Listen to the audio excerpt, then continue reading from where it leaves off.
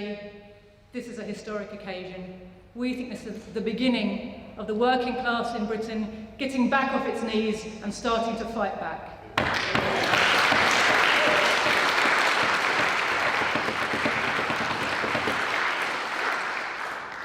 So thank you all for coming. I hope this is an occasion that you're going to participate in enthusiastically, and that you're going to remember that is going to inspire you to go away and work and build, and you're going to be glad in the future that you were here, that you were part of the beginning of something that really matters for working people here and everywhere else.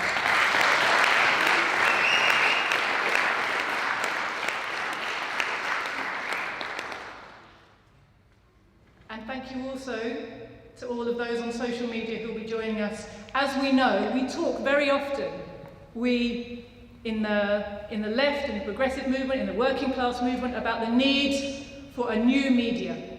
A media which bypasses the stranglehold of the imperialist corporations and their false narrative and fake news.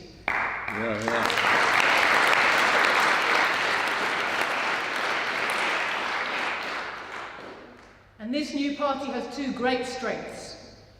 One is that it comes from an entirely anti-imperialist perspective. No longer are we going to tell workers that there is a way for them to win what they need without getting rid of the system of imperialism. We know it can't happen.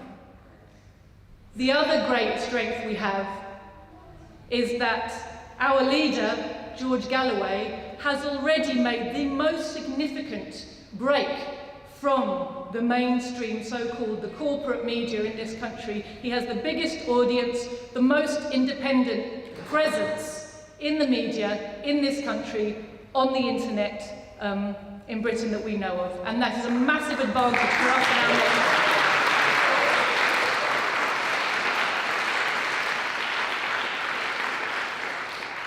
And so we know that the live stream of this meeting and subsequent videos of the speeches from this meeting will be watched by thousands of people in Britain and many more around the world. Not just today, but over the coming weeks, months and years, our reach will just extend and extend. It's one of the reasons, of course, why those who want to censor the internet are starting to try to target George in particular, because he represents something that is truly frightening to them. So I'm sure George is going to talk about that and many more things later on today. The only thing I wanted to talk about very briefly was a meeting I had recently, and I think the message that came out of that was something very important for workers here as everywhere else. This time last week, I was in a meeting in Caracas with the Foreign Minister of Venezuela.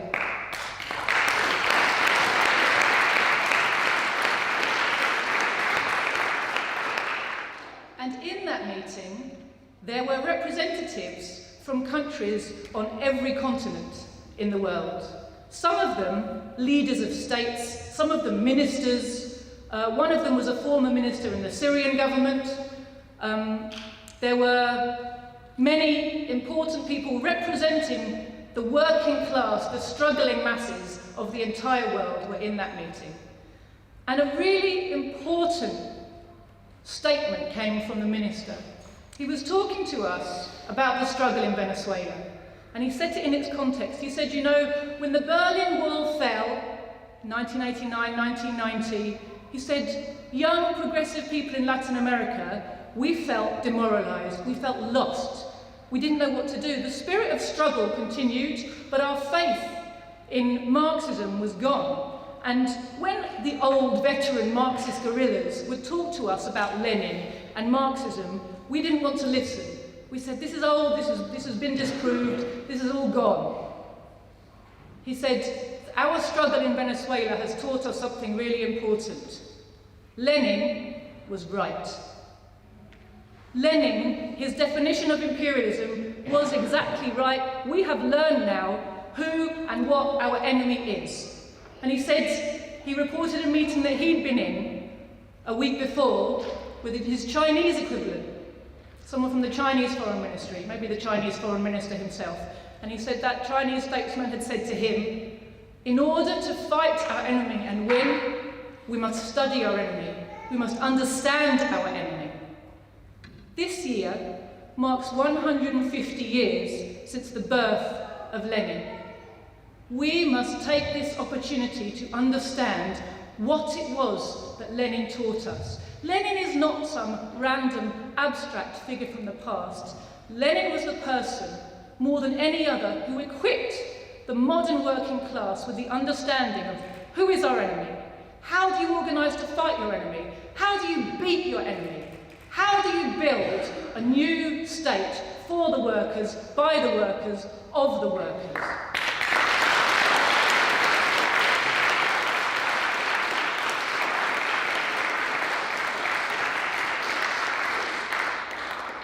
And that's the message I want us to take into all of our work this year, and in this year in particular, to remember that we are not having to reinvent the wheel. There is a huge amount that has been done before that we can learn from, and we must learn from. Our conditions have changed, of course, but our enemy is the same enemy, and if we are not prepared to learn and study and understand that enemy, we can't fight and beat the enemy. But we know, we look around us, we see the urgency of fighting and beating the enemy. And I'm going to leave you with the words of the Venezuelan foreign minister, what he said when he closed his speech. He said, it was 200 years ago that Simon Bolivar, who they call the liberator of Latin America, was fighting against the empire. He said, we don't have another 200 years to play with, to keep going backwards and forwards in this game. We have to be serious. We must unite our forces here and internationally. We must study, we must organise, we must win, because the future of humanity depends on it. Thank you.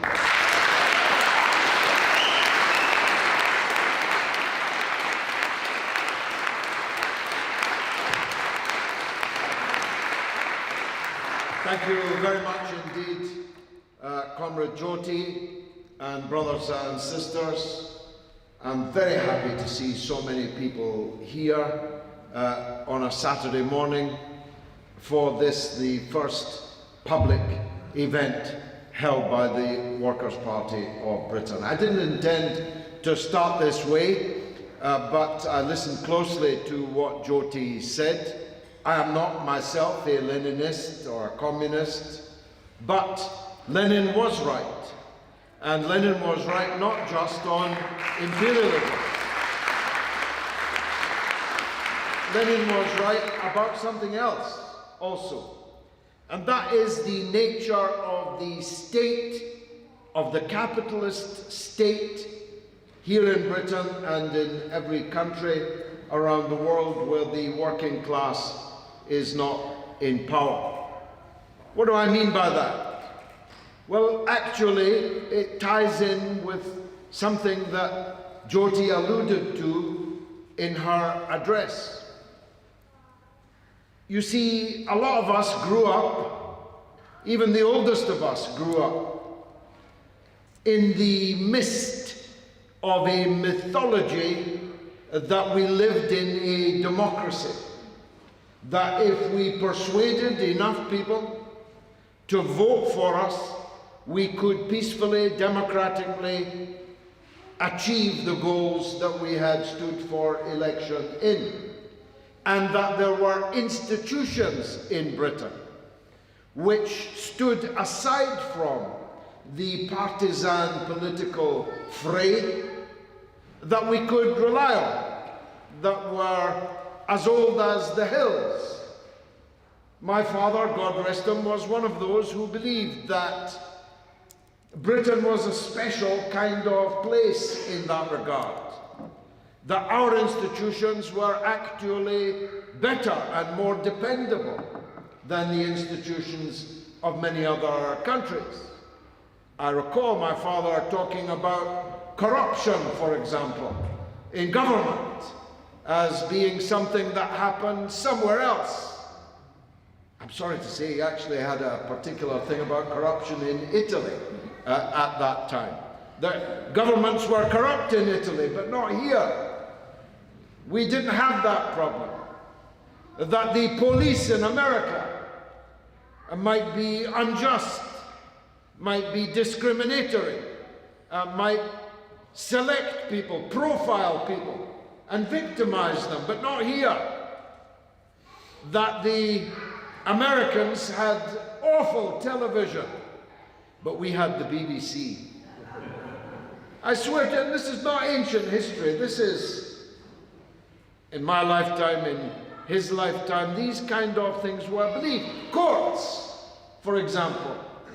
The idea that we would have corrupted judicial systems was something beyond the ken of my own father, who's only 20 years dead. And yet any of us following the Julian Assange case now know that that too is a lie. The belief that the state represented the people, and that its armed forces, its intelligence services. Hello to the MI5 man in the room, by the way. If you stand up, we'll welcome you. We have no problem with you. The idea that these organs of the state were independent of politics and would obey the constitutional order. Well, that died for me a long time ago, because I had the privilege, go with me on this, of late in his life becoming a close friend of Harold Wilson, the Labour Prime Minister, 64, 66, 74, 74. And I spent untold hours, because Harold could talk, listening to the story of how he, as a Labour Prime Minister, and not even a left-wing Labour Prime Minister, was bugged and burgled and destabilised by elements within the British security services. How his phone, the Prime Minister's phone, was being bugged by the security services. Many of us have read and seen the movie A Very British Coup. Well, that happened to Harold Wilson, and he had no intention of turning Britain into a socialist country. They just thought that he might lead Britain in that direction. And if any of you think that Jeremy Corbyn, about whom more later, was not consciously undermined and destabilized by most of these institutions I have just referred to, then you need to get reading and learning. If any of you think that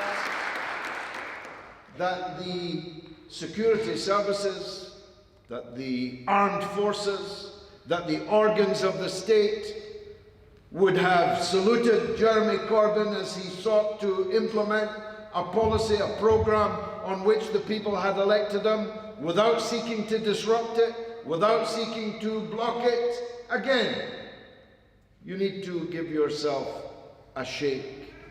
What happened to Corbyn was the state as it actually is, deliberately and systematically destroying the possibility of any decisive break from the prevailing orthodoxy in this country, partly on domestic affairs, but I think that's overestimated. The state can bear a penny on the tax, or a penny off the tax, or a minute off the day. They can bear that up to a point. The real problem that Corbyn represented for them was that he was not a reliable tool for imperialism and Britain's imperialist role in the world. They could not be sure that Corbyn would join imperialist wars. They could not be sure that Corbyn would not seek to boycott, divest, sanction regimes in the world that were oppressing people in their millions, and for decades they could not be sure that Corbyn would press the button. Actually, we don't press the button anyway. The Polaris, the Trident, is controlled from the United States, but you get what I mean. They could not be sure of Corbyn's loyalty, not to the British people. To them, I'm sure he was entirely loyal, but to the British state and its role in the world. And the state and the people are different things, entire and separate things. And Lenin was right about that.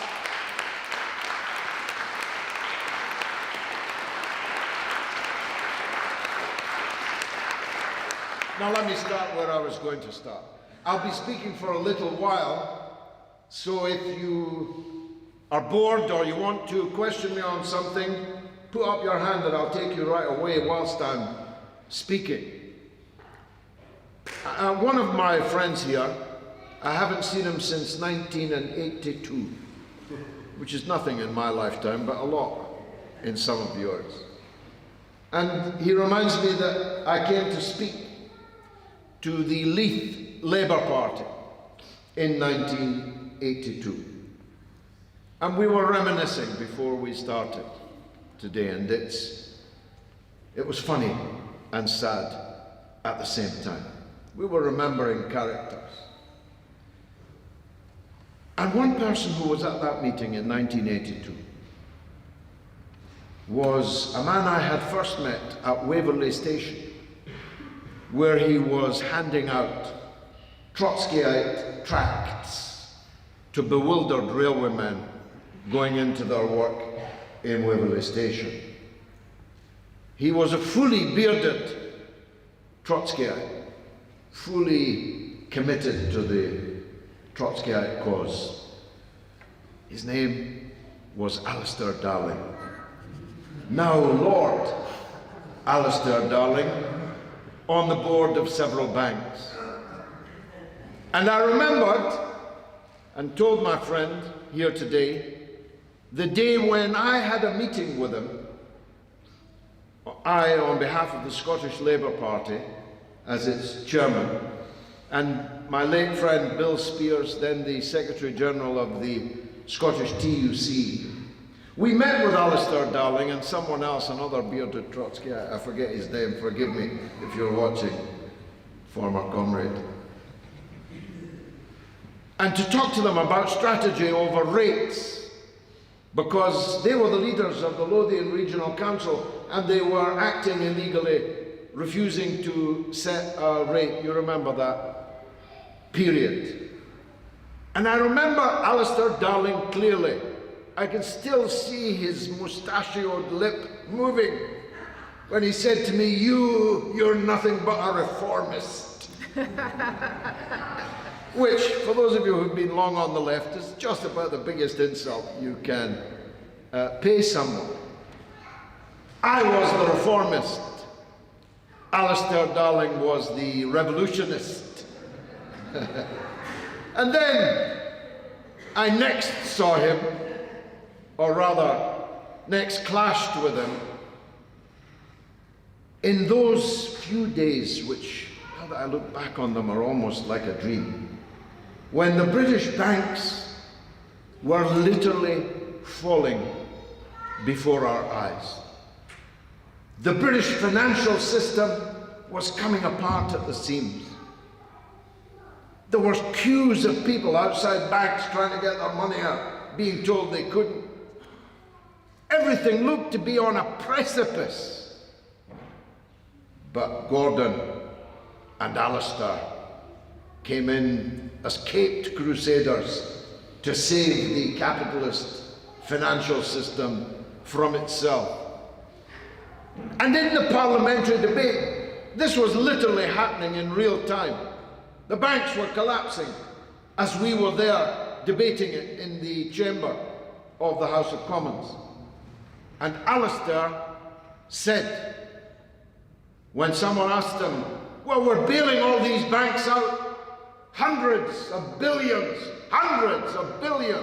of taxpayers' money, are we going to at least take a seat on the board of these banks on behalf of the people whose money it is that is saving them. And Alistair, the Trotskyite, said, and I quote, you know he did, Alistair. It's there in black and white in Hansard. I've never been in favour, he said, of governments having seats on the boards of banks. I could take it no longer. I rose in my place and said, will the right honourable gentleman give way? Right honourable and learned, I think I said, because he's a QC.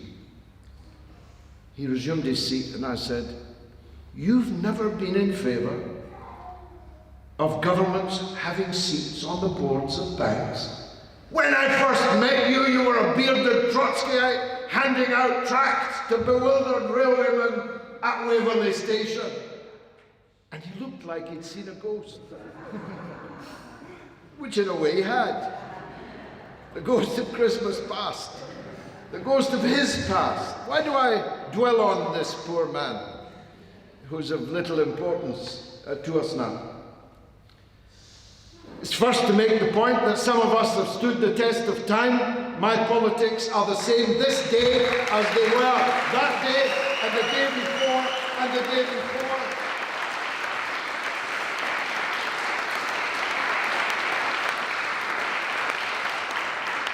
In parenthesis, Dr. John Reid, when I first met him, he was a leading figure in the Communist Party. He later became Tony Blair's war minister, pulverizing the children of Iraq.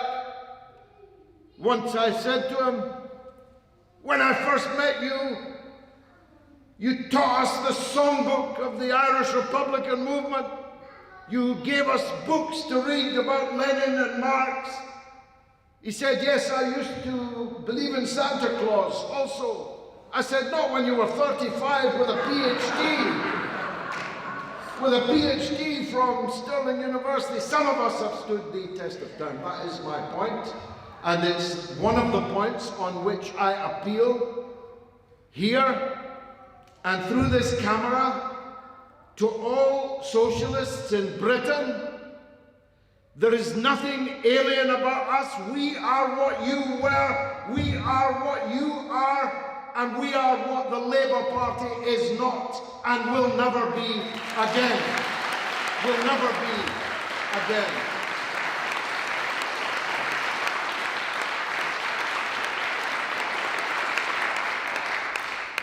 Which is a good point to mention. Happy Brexit Day to all of us who fought for so long for this day.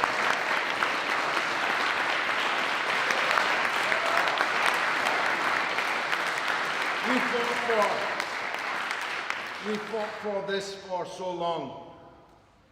And the person in the world, in the other life that I am remembering now, is my lifelong friend at whose side I stood from 1974 and at whose coffin I stood in Westminster Abbey.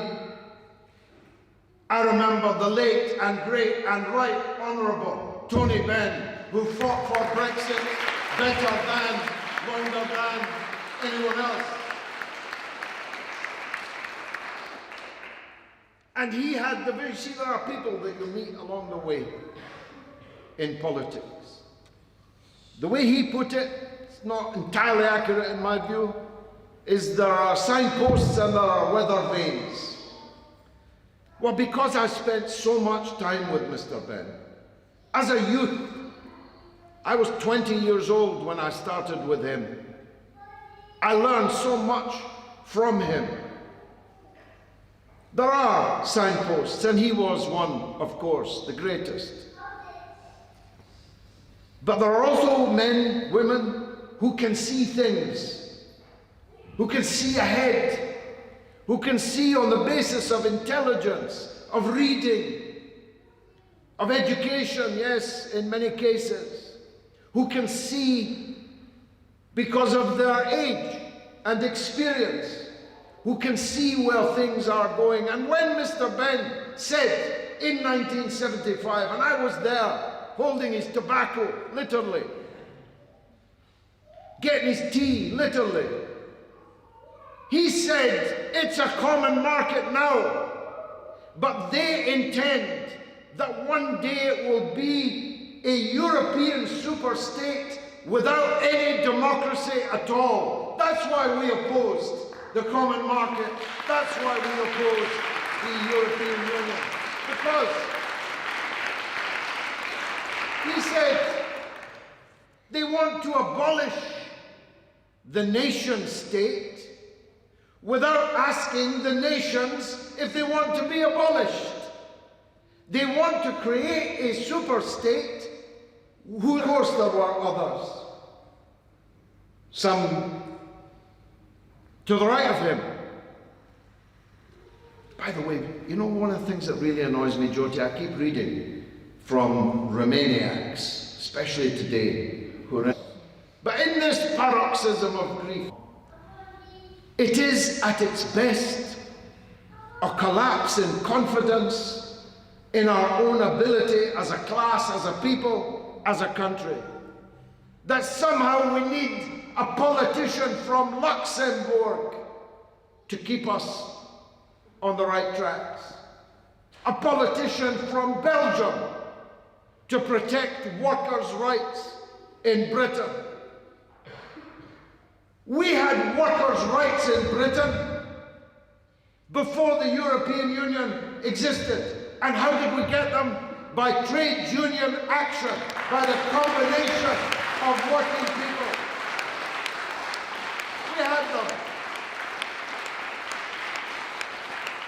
And the workers' rights that we have lost, we lost during the period we were in the European Union, which didn't lift a finger to stop Margaret Thatcher's anti-trade union laws, buttressed by subsequent governments, untouched by so-called Labour governments with record parliamentary majorities.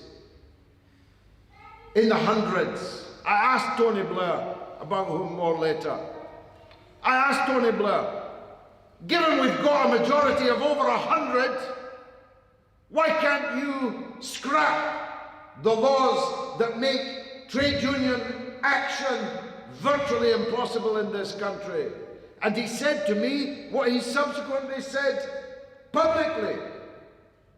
For the avoidance of any doubt, there are some things that Mrs. Thatcher did on which I have to build. That's what he said to me. I also said to him, by the way, given we've got a majority of more than 100, why don't we introduce proportional representation? Then the Tories will never ever be in power again. I bet he wishes that he'd done that now. I bet all these fools that turned their back on that demand, which is one of our demands. We demand a democratic voting system in this country where people get the seats in Parliament that they vote for, not on the vagaries of the first-past-the-post system for Westminster elections. But the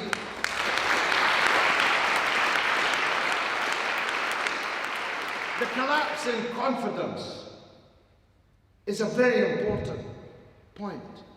You see, it's not the fake patriotism of which Dr. Johnson said it was the last refuge of the scoundrel. Much patriotism is stuff for scoundrels.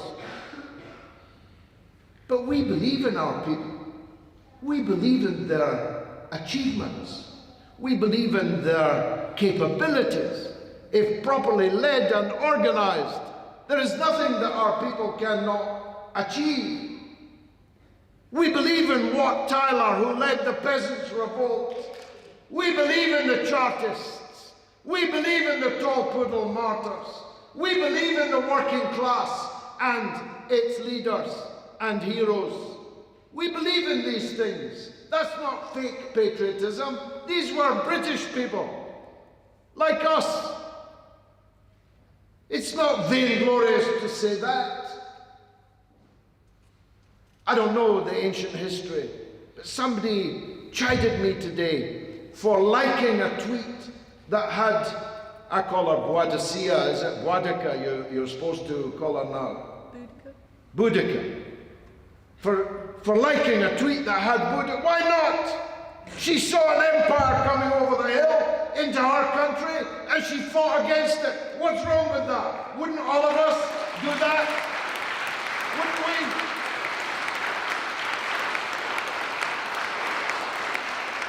I surely would. If, as my debut novel posits, it's on sale, $4.99, Hitler had arrived here, and he nearly did, wouldn't you have fought him? You would have fought him with your hands if you could, with your lips if you could, with your heart if you couldn't, wouldn't you? Who will accept foreign domination, invasion and occupation?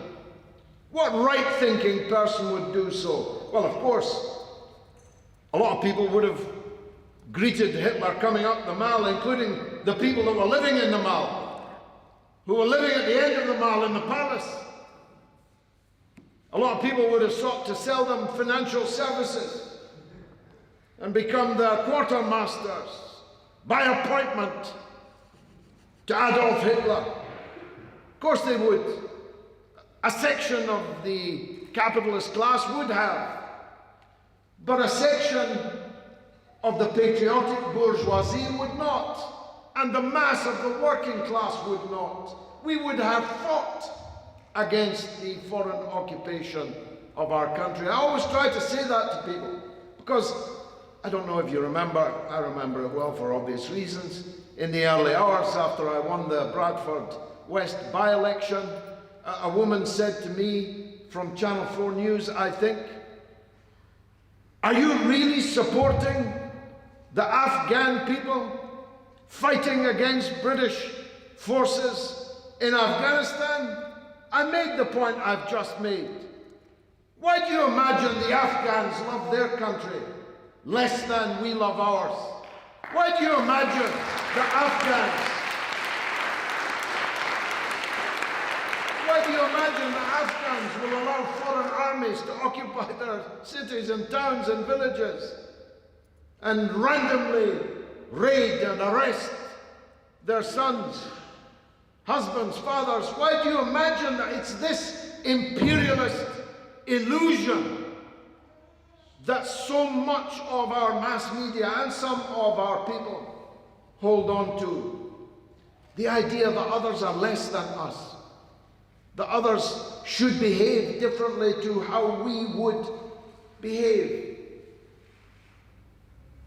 that we have to shape. We have to imbue our people with a proper pride in our national achievements, not the least of which was when Hitler was at the Channel ports and we stood alone and refused to surrender to Hitlerism. We have achievements. We have great people. Some very bad ones, but we have some great people.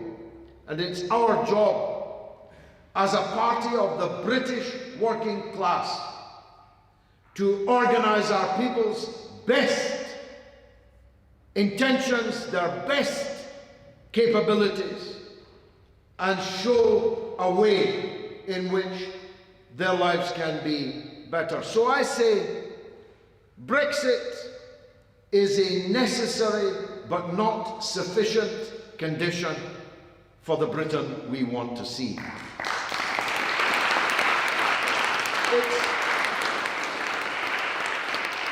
It's not sufficient. As obviously we can now see, cannot be sufficient as long as Boris Johnson and his gang are ruling the country. They want to undercut the living standards of our people, the regulations and protections for our workforce. They want to cheapen and coarsen our national life. Some of them even want to become the 51st state of the United States of America. How's that for taking back control? But whilst not sufficient, it was necessary. And that's why we celebrate the great victory of Brexit at 11 minutes last night.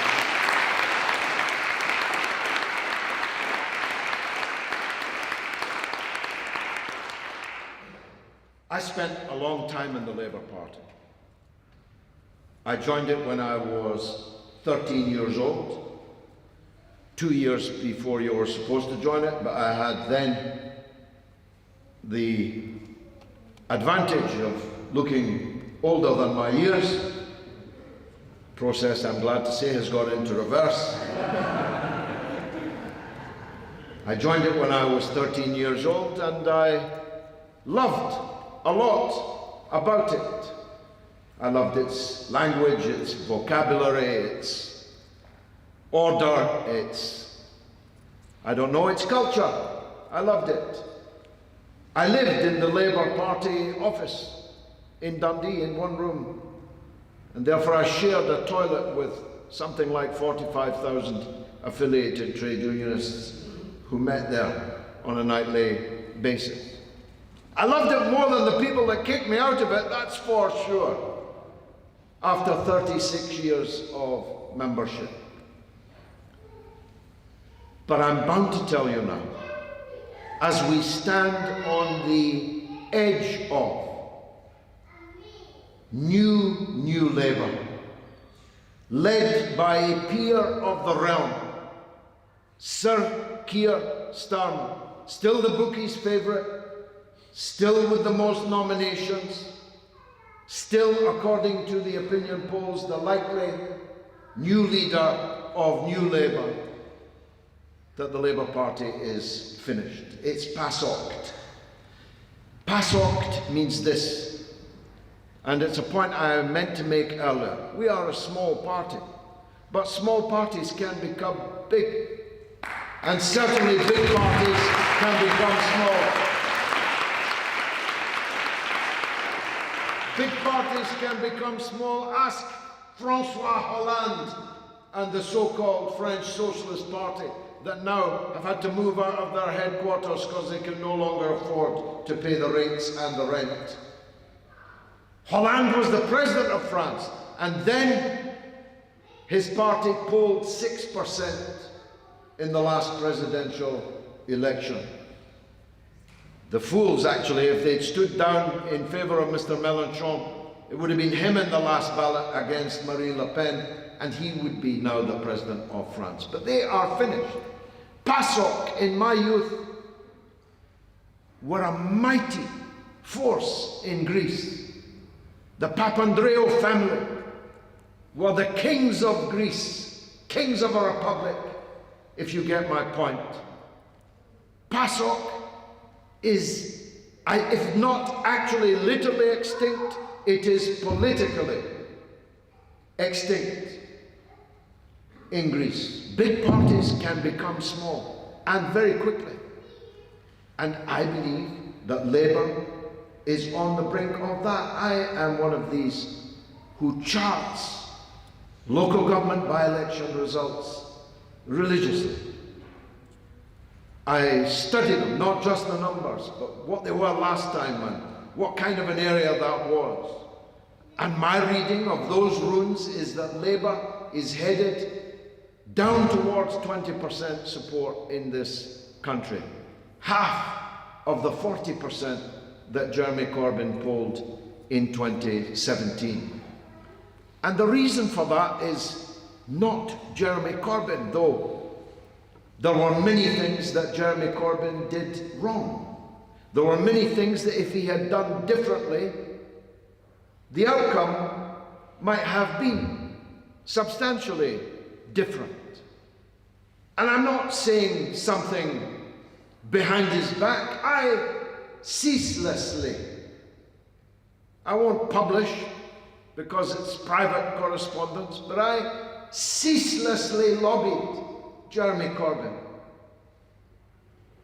to stop making these mistakes, to do something different, and they were many and varied. I said, I'll take you shopping and get you a nice suit that will look prime ministerial.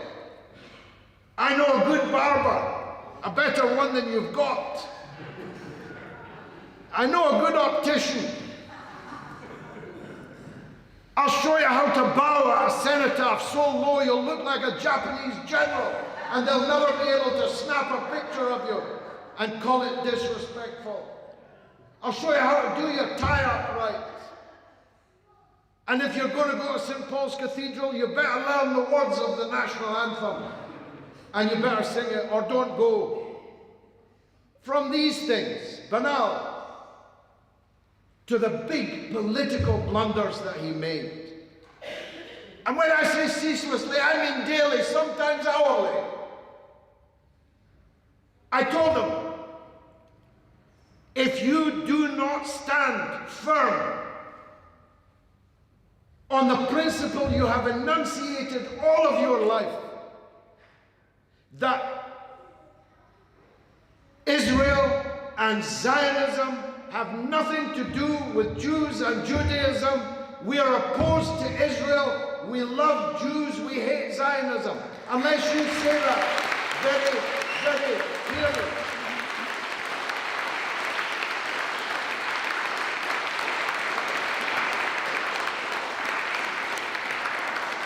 They will hound you, I said. I'm talking 4 years ago. I said they will hound you until they have destroyed you. And if you say now that something may not be said, be sure they've got a video of you saying it. Be sure they've got a video of all of your friends saying it. And nobody loves a hypocrite. Nobody loves a person pretending to believe something that photographic evidence shows they either do not believe or indeed believe the entire opposite. And this, as we say in Glasgow, if you don't run, they can't chase you. But if you do run, they will chase you until you're so tired you will no longer be able to fight off their attacks. And this is precisely what happened. Retreat after retreat after retreat, followed by capitulation, surrender, throwing your friends to the wolves. None of it counted. The opposition of the Israel lobby to Jeremy Corbyn on the last day, indeed since the last day, is as visceral, vicious, as it was before he made all those compromises and all those surrenders and all those friends that he threw under the bus didn't even, it's an ugly sight anyway, but it didn't even have the merit of being successful. And I told him, ceaselessly, if you allow the Labour Party to become the anti-Brexit party, you will die on what subsequently came to be known as the Red Wall and beyond. Now on that, at least there is now universal agreement. Even John MacDonald, another erstwhile Trotskyite. I've lived so long, I've known them all in so many guises.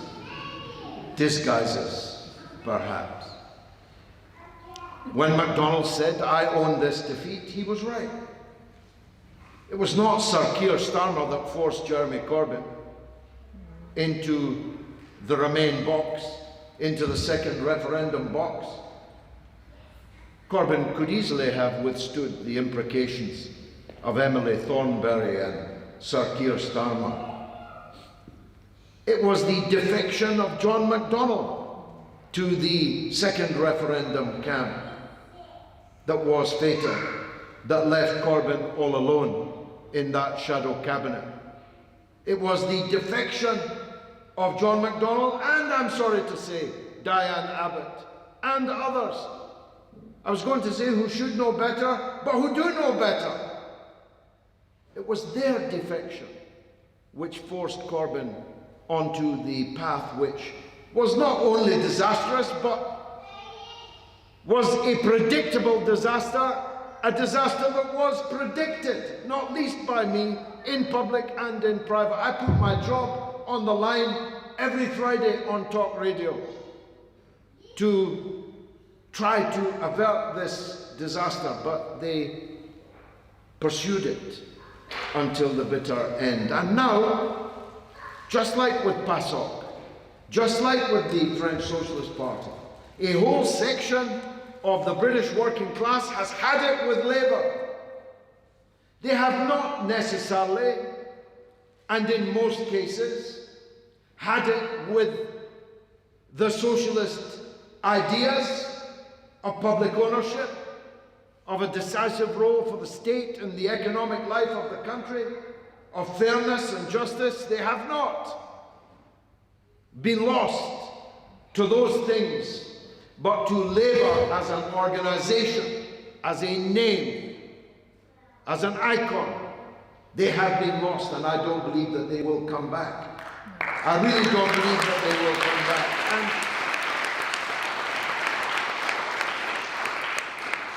I saw in the Daily Mirror today, Sir Keir announcing that if Labour wins the next election, they'll bring back so-called free movement of cheap labour from Eastern Europe back into Britain, even though we've left the European Union. That'll go down well in Blythe Valley.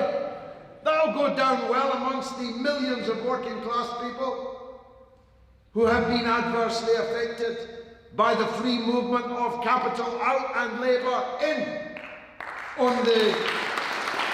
the 47 years that we have been members of the European Union. So they're actually doubling down on the very things that cost them the Red Wall and beyond. So I don't believe that Labour, under new ownership, new Labour, is going to rebuild its former strength. It will still have strength in the metropolitan areas, in the Isles of Waitrose, amongst a certain class of people, because Labour essentially was very, very quick. When I entered Parliament over 30 years ago, we had a lounge in the Parliament. It was called the Trade Union Room, where men in braces put up their feet and slept. I remember I was sleeping in it when, what was it, Black Monday, Black Friday, when Nigel Lawson's the steward came in and said, "You better wake up, sir, you better get in the chamber, the Chancellor's about to resign, and the pound has plummeted and interest rates have tripled," and I'd slept through it all with some other trade union MPs sleeping in that room. When I entered Parliament, there were hundreds of MPs, left and right, who had been workers, representatives, trade union officials, miners at the coalface, steel workers, transport workers, all kinds of workers, Labour MPs. Who can nowadays when you're running for leader of Labour, you say, "My grandfather was a miner." In those days, just 3 years ago, these workers swelled the Labour Party in Parliament, left and right. That has completely changed. The class composition of the Labour Party has completely changed, and for the worse. It now represents a narrow and condescending and overeducated, overprivileged, overentitled liberal section of our population. If I read another tweet of somebody complaining of how they're going to have to wait in a passport queue at Gstaad when they go for their next skiing holiday, I'm going to scream. That section of the population has no understanding. Two of my friends are here, three of them, from Grimsby, a heavily Brexit area. Do you think they're worried in Grimsby about the length of time they're going to have to wait in a passport queue? Their city, their town, their region has been devastated by neoliberal economics personified by the European Union. Devastated, mass unemployment, underemployment, poverty. And they, my friends, can't even escape from Grimsby to visit me in London without paying hundreds of pounds for a train fare for the privilege. Hundreds.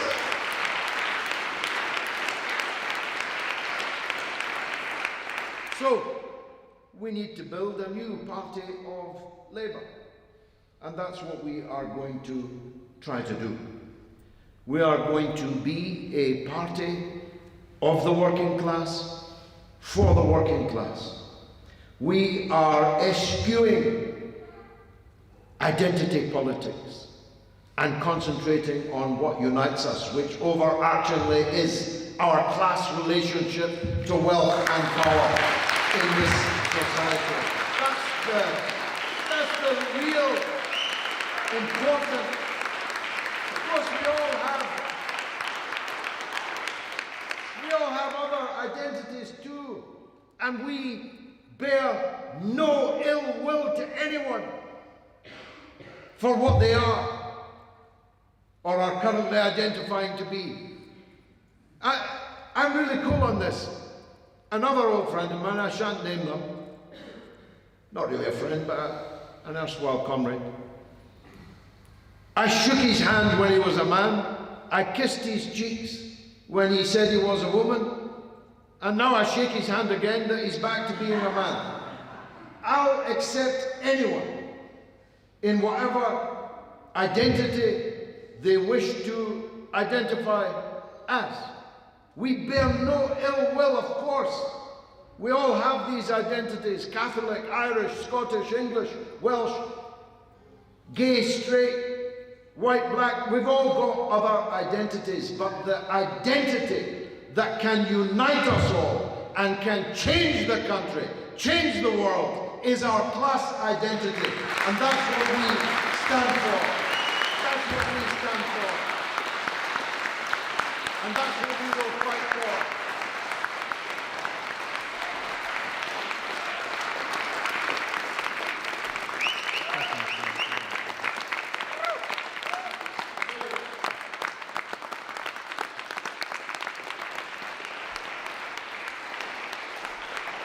I should have quit while I was ahead, but let me say in conclusion that we are blessed actually to have with us a working class poet, raconteur, comedian, writer, who the minute I saw him on YouTube, I instantly knew this was a voice, an authentic voice of the British working class, whose words could travel, would travel. I predicted all of the success that is now coming his way. Please welcome the working class poet, Chris McGlade.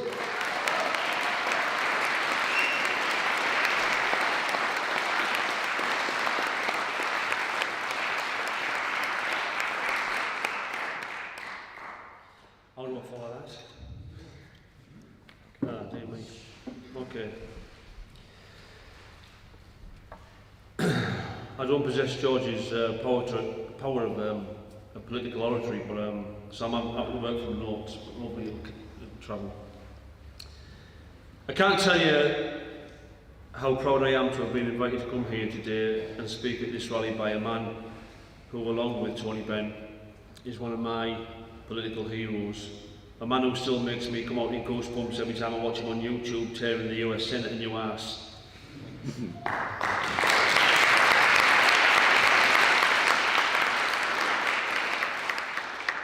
I also can't tell you how proud I am to address this rally today, the day after we've left the EU, something I know George campaigned for long and hard himself. But for me, this country leaving the European Union, even as someone who's been of the left all my life, is down to the drive of one man on the right, Nigel. You all know who I mean. I'm just not allowed to use the F word in church. So, who am I, where am I from, and why am I here? Well, my name is Chris McGlade, and I'm working class. And I'm a comedian from Redcar near Middlesbrough on Teesside, and I'm coming here to tell you why, as a working class Labour man, I voted Conservative, along with millions of other traditional working class Labour voters at the last general election. As I said, I live near Middlesbrough on Teesside. If you've never been to Middlesbrough before, I'll set the scene. It's very rough. Put it this way, it makes Chelmsley Wood look like Belgravia. It's the kind of place where if you see two blokes walking side by side, chances are in all probability they'll be handcuffed to each other. It's rough because it's suffered years of a lack of investment in our steel industry being destroyed. These things have led to higher employment, crime and deprivation. A lot of big towns and cities in the north have had tons of investment. I love going to traditional working class cities like Manchester, Leeds, Nottingham, Liverpool, Birmingham. These places almost have a continental vibe to them now. If you walk through the centre of Birmingham on a sunny morning, it's almost like being in the south of France. You know, there's a buzz about the place. You see tables and chairs on the pavements, and you know that means that all the cafes and restaurants are open for business. In contrast, if you see tables and chairs on the pavement on a sunny morning in Middlesbrough, you know that means somebody's been evicted. We actually have something in common with Birmingham. Both places have been used as a setting for the poverty porn TV show Benefit Street. It was filmed on Teesside in a place called Port Clarence between Middlesbrough and Hartlepool. Hartlepool, now there's a place. It's home to ex-upper-class Labour MP Peter Mandelson, home to a polluted petrochemical plant, home to the Hartlepool contaminated ghost ships, home to a radioactive nuclear power station, and by strange coincidence, home to frogs with 15 eggs, and the highest rates of testicular and ovarian cancer in the country. They don't have any street lighting in Hartlepool. The council have no need because at 8:30 every night, young people light up automatically and run around like glow sticks. It always makes me wonder how Mandelson ever became MP for Hartlepool in the first place when he had nothing in common with the people there. I mean, he's a lord. He hangs out with the Rothschilds and royalty. He was even friends with Jeffrey Epstein. Seriously, what does he have in common with the people on Benefit Street? Because our area was always staunch Labour, there was an old saying that went, you could put a red rosette on a pig and people would still vote for it. Well, in Hartlepool it was worse than that, because in Hartlepool they put a red rosette on a Tory and people still voted for it. I mean, Mandelson was upper class. He's an upper class infiltrator. You might not know this, but in the Napoleonic Wars, the people of Hartlepool found a monkey on the beach. And they'd never seen one before, so they thought it was a French spy and they hung it. That's why they called people in Hartlepool monkey hangers, because they thought it was a French spy. Well, it's a good job they didn't rumble Peter Mandelson, isn't it, really? Apparently when Mandelson was canvassing in Hartlepool, he went into a fish and chip shop and they gave him fish, chips and mushy peas, and he thought mushy peas was avocado dip.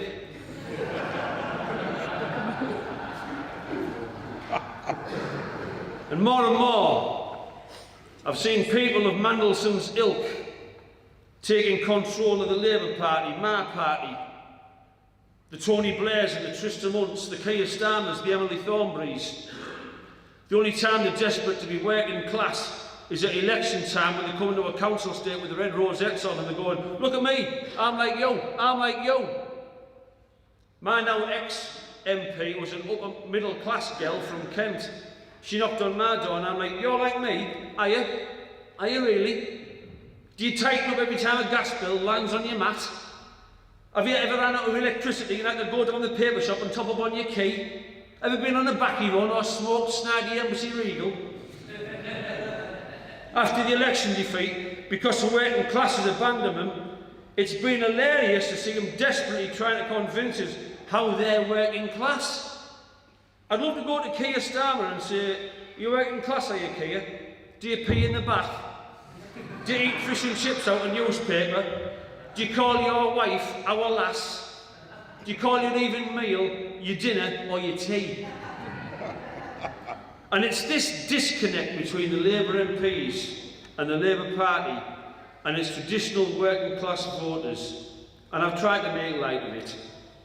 That was one of the reasons why I and millions of other Labour voters, people who voted Labour all their lives, didn't vote Labour this time round.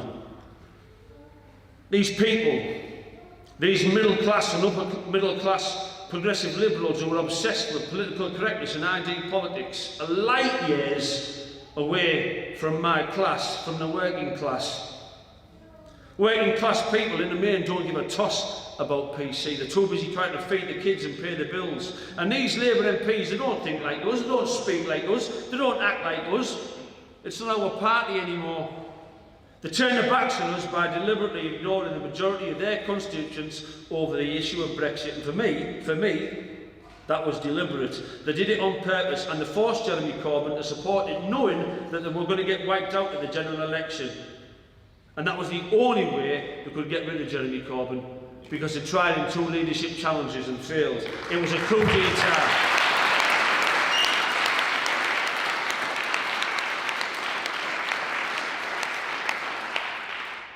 How could I, as a working class bloke, possibly vote for my MP when she flagrantly ignored me and 68% of her constituents? How could I vote for Labour when they were prepared to ignore the biggest democratic vote that this country's ever had?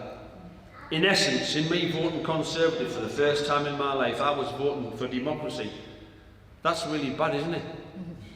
Eh? Having to vote for democracy, or even the idea of it in a general election. You shouldn't have to vote to keep democracy alive in a country. It should be just a given. But not in the last election. Because if Labour had won the last election, or if it had been own Parliament, and had formed a coalition with other parties who wanted a second referendum, or even wanted to scrap the referendum altogether, then democracy would have died. Because no vote in this country would have ever had meaning again. At the last election, because of the opposition party's stance on Brexit, was forced to prioritise. I was being forced to put things in order of importance. The NHS, workers' rights, austerity are all hugely important, but they're not as important as democracy. But then again, they weren't that important to the Labour Party or the Labour MPs who started the privatisation of the NHS and Airbus in the first place.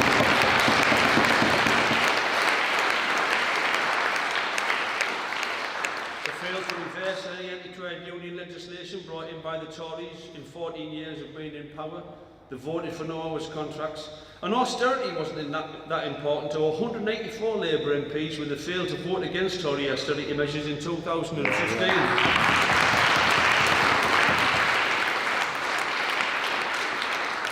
But these things mattered to me, so having to put things in order of importance didn't sit easy with me. But at the end of the day, nothing is more important than the power of our vote. Our vote is the only thing that protects us from the man.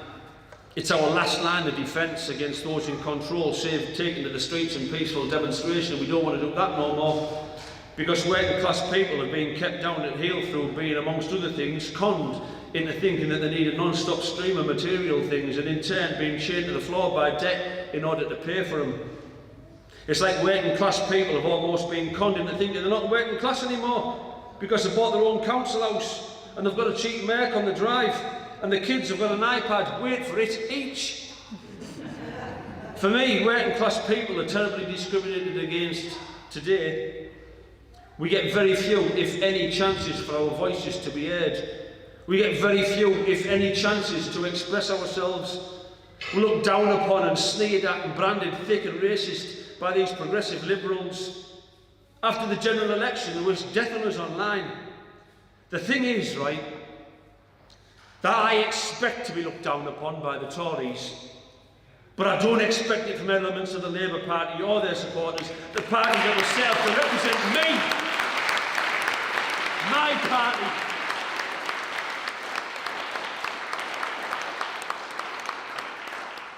And I'm tired of it.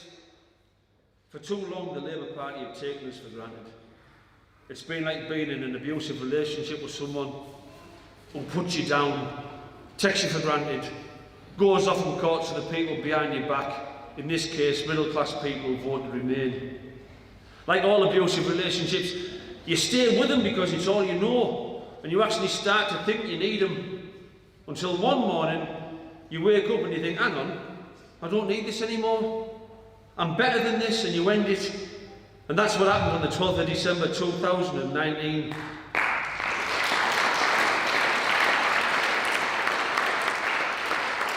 The working classes, after years of being taken for granted, being looked down upon and ignored by the Labour Party, and now these middle class progressives who have joined the party deliberately discover Brexit.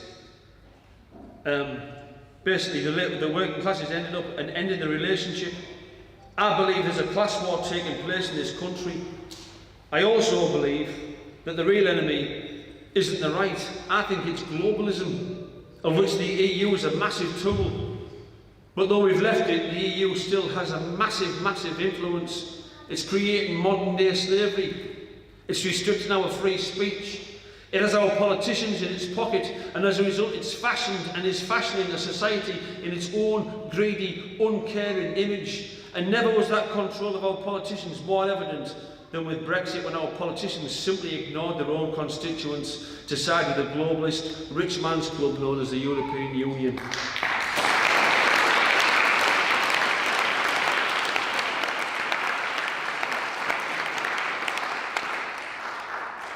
No, I think it's fantastic that this party is beginning. Because now left-leaning people, left-leaning working class people have got a voice. But I also believe that at some point the left of the working class is going to have to unite with the right of the working class in order to defeat this globalism. And I'm not talking far right. I mean, I know loads of working class people who voted Conservative for years and years and years. I'm a left-wing, traditional Labour voter, ex-party member, whose family are all Labour people, whose granddad was a shop steward in the 40s and 50s. But I'd have no apprehension at all in encouraging right-wing working class voters to come and join with the left, because it's the only way we're going to beat globalism and loosen its greedy, unjust grip in our society and politicians. And it's the only way, if both sides come together, left and right, as George and Nigel Farage did in 2016 to fight for Brexit, and as both sides are doing now in France as we speak. And God knows, God only knows, how much I love the spirit and defiance of those French people. Yeah.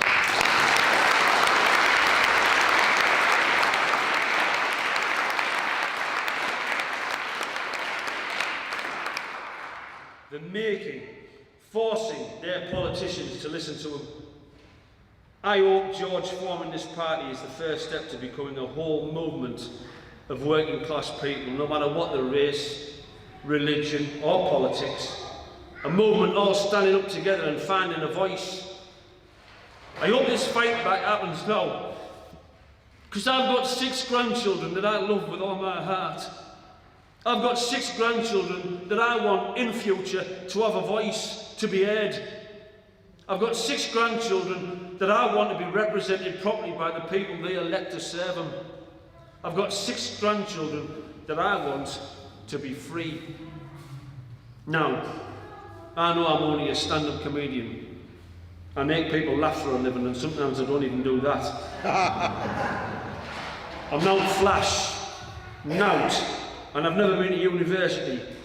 And some of you might be sat there agreeing with me, and some of you might be sat there thinking, what's he doing here? And you might not be agreeing with me. But if you don't agree with me, don't hate me or write me off as a man. Just keep it in mind that I'm only a normal bloke trying to do my best for people that I care for. It seems to me that today people are all too ready to write people off as human beings just because of a difference of opinion. I've always tried to see through different opinions, to see the person beneath. I don't hate or dislike anyone, I just like some people more than others. And that includes the bloke who murdered my dad in 2011. I forgave him and I don't hate him. And I think not hating at a time when it seems that that's all the media want us to do, and at a time when we really have to put our differences behind us and start pulling together, is essential. So I hope that today is the start of people, especially working class people, pulling together in order to stand up and be heard. And if you don't want to do it for yourselves because you feel like you've been peeing against the wind for years and you're not being listened to, or you feel like you're too old and you've lost your fight and you'd rather sit watching crap telly with a few cans and a curry, then for heaven's sake, do it for your children. Do it for your grandchildren. Because that's why I'm really here today. Speaking the truths, not in anybody else's heart, but mine.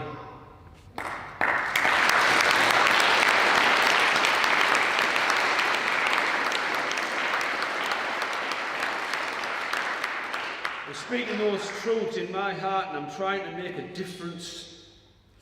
And today, and if I get emotional, I'm sorry, but that's the kind of bloke I am. Take me or leave me. Today, I'm here for Eliza, Lucius, Esme, Willow, Matilda, and my newborn grandson Miles.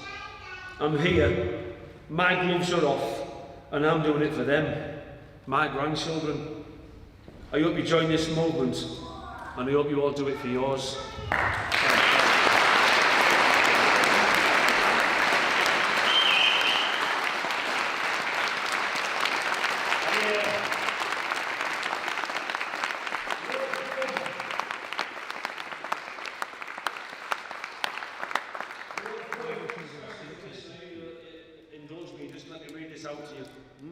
And I've called it Don't Keep Calm and Carrying On. Whatever happened to the working class? When did we become so lame? When did we allow ourselves to get walked all over, laid down and become so tame? The land that bred the tall puddle martyrs, Jarrow marches and the miners' strike. The class that stuck two fingers up to the government when Norman Tebbit told us to get upon our bike. Where's our defiance, our courage, our heart, our passion? Where's our strength, our hope, our pride? When did we allow our politicians to fashion a class that now prefers to shy away and hide? Our wants and all our wishes, one by one, are all being stripped away because no one is daring to challenge, stand up and have their say. It's time to break free from our comfy lives. Stand up and fight. Take back this sceptred isle from greedy global corporate interests aided by our politicians who all the while say they work for us but all along work on behalf of that global greed.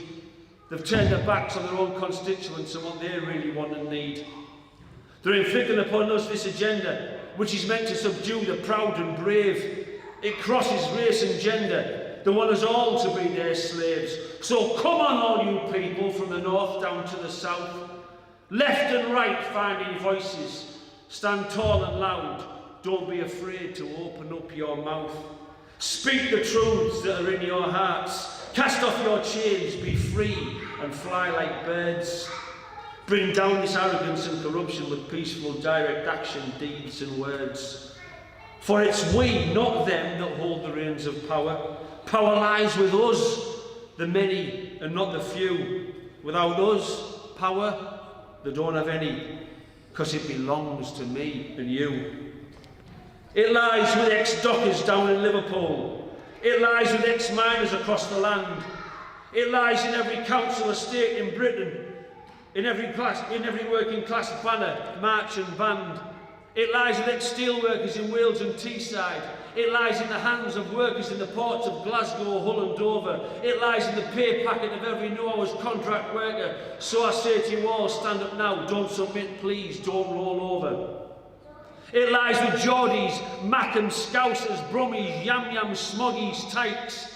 It lies with Manx and Cockneys and Cornish folk. It lies with White Van Man, down in Essex if you like. It lies with every working class and underclass person who are being treated with contempt and sheer disdain by our politicians and their globalist puppet masters who really stand to benefit and gain. So let's rise up and fight back. Don't take this abuse of our power any longer. Rise up en masse and stand as one, because together united we are far stronger. We are the strength. We are the power. It lies within every lad and every lass. So come on, don't be bowed, be tall and proud, and stand up for the children of the working class. Whoa.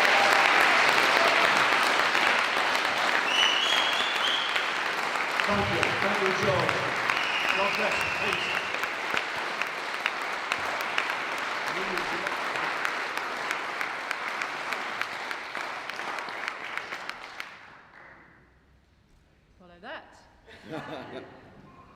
So we want to open the floor now to questions, comments, have a good discussion about what it is that we're doing here. I'm just going to chair so that I can see who's speaking. Can everybody hear us from here? If I sit down, can you hear me? Do I need to stand up? I'm just trying to work out, because it kind of feels